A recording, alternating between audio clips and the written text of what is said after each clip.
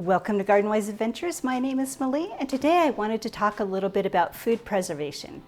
Now, there's a YouTube channel called Three Rivers Homestead, and she's issued the challenge to go and harvest just a little bit of produce every single day in the month of August.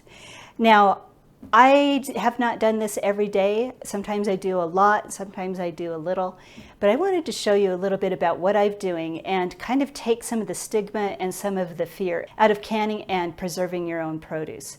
Now, there's a lot of things you can do. So I just wanted to quickly go over what I've done, and then I want to tell you how I've done it so that you can know that there's easier ways and then there's more intensive ways of doing things. You can tailor it to your needs. So the first thing I wanted to talk about is basil. Basil is extremely easy to preserve. What I do is I go out and I cut back my basil. I throw it on my little table outside. Let me show you what my table looks like. So my table has a lot of airflow. It wouldn't really matter. You could hang it from a chair, you could hang it from somewhere inside, but just cut bunches, tie them up, hang them or lay them out, and it only takes about a day to dry them. Another thing you can do is dry things like I'm drying my chamomile right here. If I just have a few leaves of basil, I throw them on top of my microwave right here and they just dry really quickly and easily. Now, I would throw them on top of my fridge, but I'm a short person and I do not clean the top of my fridge because I can't see it, so it's probably not the best thing. Number one, it's not very clean up there, and I'm also pretty sure that I would forget whatever I put up there to dry. The next thing that I've dried is my paprika. Paprika, I will also toss it on the top of my microwave and let it dry. Right now I've got a bunch of it. It's too much for the top of my microwave, so I have it in my grow room. I just have it spread out on a wire rack and it's drying happily in there. You can also use dehydrators. If you're lucky enough to have a freeze dryer, you can use freeze dryers. But I then chop up my paprika. Once it's dry, remove the seeds and store them in plastic baggies until I need paprika powder.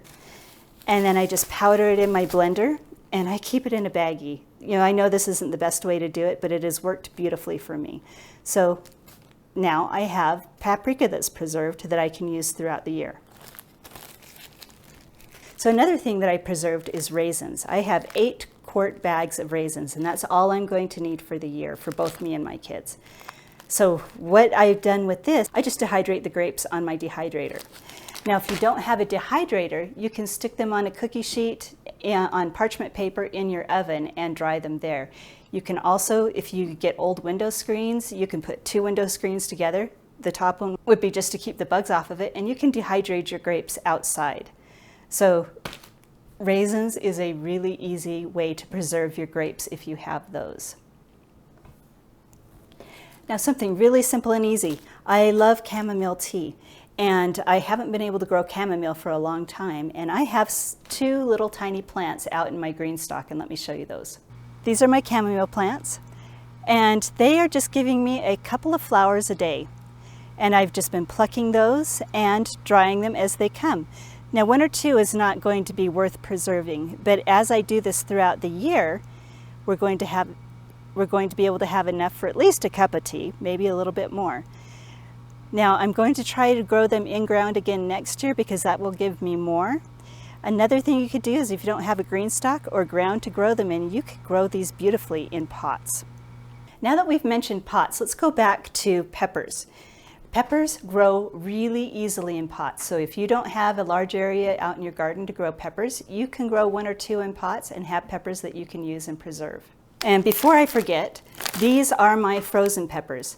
I've cut them up and put them in small baggies for, by color. I have green ones, I have red ones, yellow ones, orange ones, some of them are mixed. And I just used a little food chopper, chopped them up, stuck them in my baggies, and I stuck those in the freezer. So that is also extremely easy to do to preserve things. You can do this with your onions also. The other thing that I preserved is my garlic. I grow a lot of garlic. I grow at least 100 cloves, and I use most of it during the year because I absolutely love it. But if I don't get all the way through my garlic, I'll take the smaller garlic cloves and the older ones, dry them in my dehydrator. Well, actually, I slice them up, dry them in my dehydrator, and powder them into garlic powder. So now I have garlic powder for the rest of the year out of fresh garlic. And this beats any store-bought garlic powder that you can buy. it tastes wonderful. So that's a little more intensive because peeling the garlic is hard. I've tried the metal bowl thing and it doesn't work. It just takes a while to peel the garlic depending on how many cloves you have. Another thing I did that was really simple and easy is I grow lovage. Now, I'm not a huge celery fan, so I don't grow celery, but I do grow lovage, and it has a wonderful kind of celery taste to it. And I used to think, until this year, that I was just limited to the fresh lovage. But I found out that the seeds can be used like celery seeds and that the entire plant can be dried and used like celery. So I went out and harvested my lovage seeds and have used them, and they really taste good. They really act just like celery seeds. So you can go out and harvest seed heads. Another seed that I harvested is my coriander. Now I use coriander to make a spice. I grind this up with peppercorns, dried onions, garlic powder, and seasoned salt, and it makes a wonderful meat rub and all-around seasoning. I use a ton of it. So that's another thing that I've done this year. Now we need to get on to the things that are a little more intensive, which is canning. Now I love to can, and I've canned for years and years and years. And the last video I did was how I did my dill pickles. Pickles are one of my favorite things and one of the easiest things to can. So go ahead and watch that video if you'd like to see how that is done. So far this year I have 10 jars of pickles that I've canned with just one harvest. Now the next thing that I love to can is my pickled peppers, and I'll link a video up at the top of how I can my banana peppers. They're very simple, very easy, and so far I think I have 11 or 12 pint jars of these. Another thing that I did, I planted a few beets this year, and I have grown beets almost every year I've gardened, and very rarely, every once in a while I'll have a success with beets. For some reason, I'm not able to grow them that well. But I had enough beets that I was able to can 5 pint jars of pickled beets, and that's my very favorite way to eat them. So, pickled beets. Now, if you don't have a garden and you don't have produce to can, you still can get enough produce to be able to make whatever you would like. What I did for this is I've gone on a non-sugar diet, and I really still love jam. I need ways to flavor the yogurt that doesn't have sugar in it. I need things to spread over my fake no-grain bread. I actually might do a video on that because I actually found a roll that really actually tastes good to me, and I love to spread my jam over it. But my raspberry plants were not producing, my strawberry plants were not producing, so I just went and bought bulk raspberries and strawberries, and I have 20 jars right now of raspberry, strawberry, and serviceberry no sugar jam. The serviceberries I grew myself and was able to utilize those. It turned out amazing. It even set up. I think I'm going to make a video a little bit later. I'm going to go buy some more bulk fruits and make some more no sugar jam, and I'll make a video on how I've done that because it's very difficult to find good no sugar recipes. So I'll show you where I found the one for this. Now the last thing I did is not my very favorite, but it is a way to use vegetables that where you can preserve them. So this is just all of my extra vegetables. The only thing that I purchased is the carrots. Now I don't really know how to pronounce this well, but I think it's Giardini. I'll put the name on the screen, but I think it's an Italian type thing where you just use all the bits and pieces of leftover vegetables that you haven't utilized and pickle them. Now, I think I may change up the recipe a little bit to something I like a little bit more. This one uses mustard seed and the celery seed. I used my lovage seed.